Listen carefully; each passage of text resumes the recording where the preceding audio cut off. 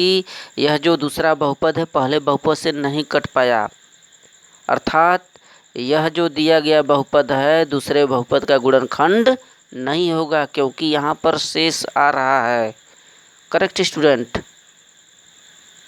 तो इस प्रकार से हम लोगों को दूसरे बहुपद में पहले बहुपद का भाग देना है, फिर काटना है, कट करके 0 आएगा, तब तो समझ जाइए कि पहला जो बहुपद है दूसरे का गुणनखंड है, अन्यथा नहीं है। क्वेश्चन नंबर 3 देखें। 3x के घाते 4 plus 6x घाते 3 minus 2x square minus 10x minus 5 के अन्य सभी शून्य ज्ञात कीजिए यदि इसके दो शून्य इतना और इतना दिए हैं। देखिए करड़ी में 5/3 ये प्लस में है और दूसरा शून्य है माइनस करड़ी में 5/3। ये दो शून्य दिया है और दो शून्य ज्ञात करना है। देखें इसका सबसे बड़ा घात यदि जो रहेगा उतने शून्य होते हैं ऐसे क्वेश्चनों में। यदि 4 है तो इसके 4 शून्य होंगे, 2 शून्य ऑलरेडी है, 2 शून्य ज्ञात करना है।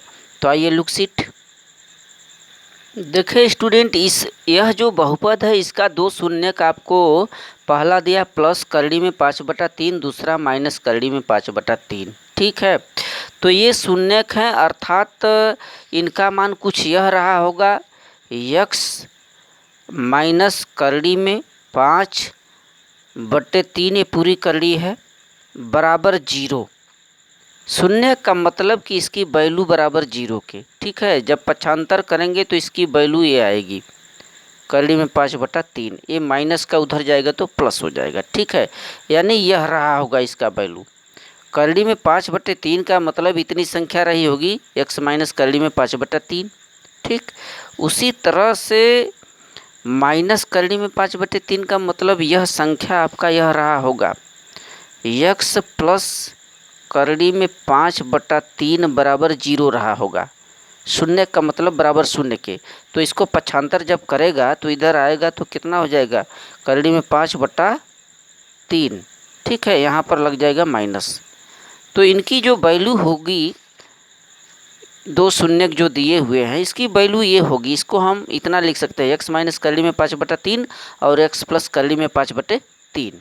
ये बहुपद के क्या होंगे, एक गुणनखंड होंगे। ठीक है, गुणनखंड का मतलब कि यदि यह बहुपद के गुणनखंड हैं तो इनका आपस में यदि मल्टीप्लाई कर दिया जाए तो वह भी एक गुणनखंड ही होगा उस बहुपद का। ठीक है, तो यहाँ पर इन दोनों का हम क्या करते हैं, कोष्टक लगा करके गुणा कर देते हैं। देखिए x माइनस करड़ी में 5/3 एक कोष्टक में, दूसरे कोष्टक की क्या लिख सकते हैं x प्लस करड़ी में 5/3।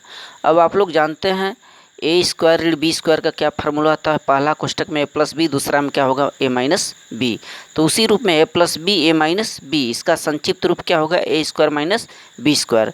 तो इस प्रश्न को, इस क्वेश्चन को इस तरह से आप शॉर्ट रूप में लिख सकते हैं, x स्क्वायर माइनस करड़ी में 5/3 पूरे का होल स्क्वायर। वर्क करिए, x स्क्वायर का x स्क्वायर आया।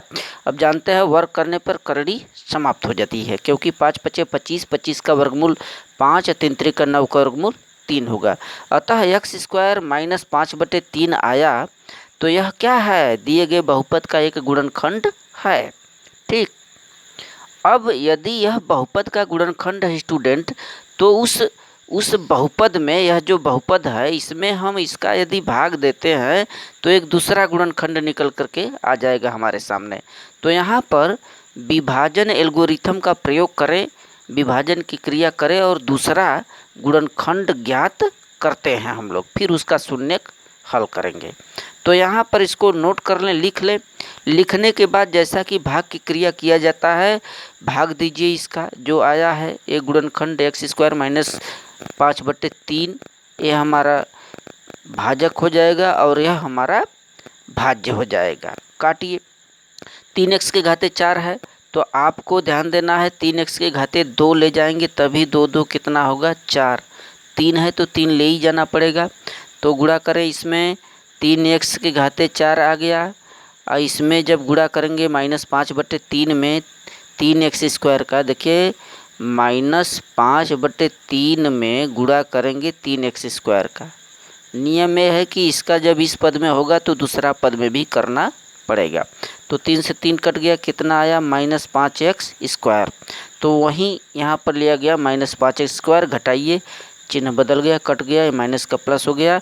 अब 5 में से 2 घटाइए, कितना आएगा 3x²। यहाँ 6x के घाते 3 माइनस 10x माइनस 5। ठीक है, अब यहाँ पर 6x घाते 3 को काटना है, तो अब आपको इसमें किस संख्या से हम गुणा करें, संख्या या अक्षर का करें कि 6x के घाते 3 आए।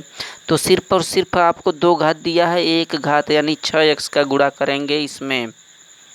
ठीक है, बड़ा घात यहीं था, काटिए। जब x घाते 2 में 6x का गुणा करेंगे तो 6x के घाते 3 आएगा।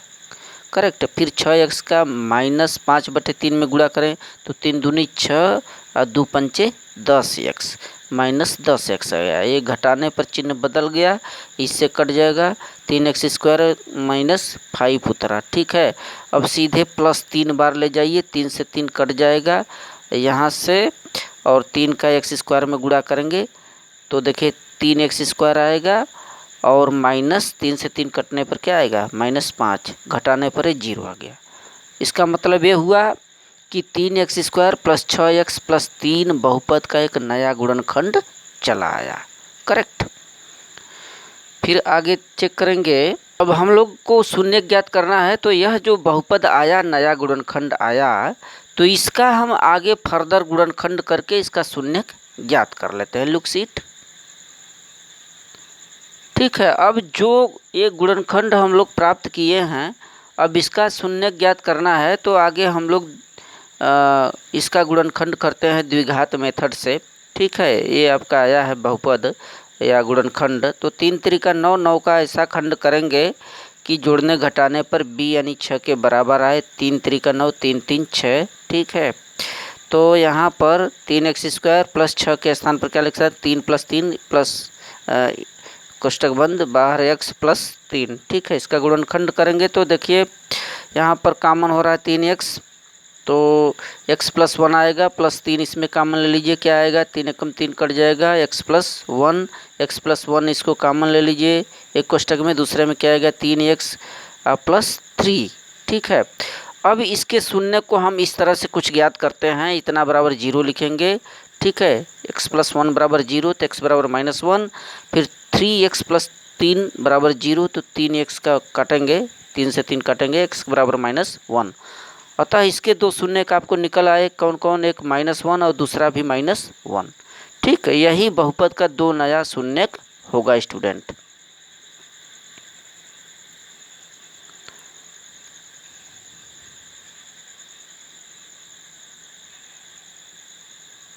So it's end.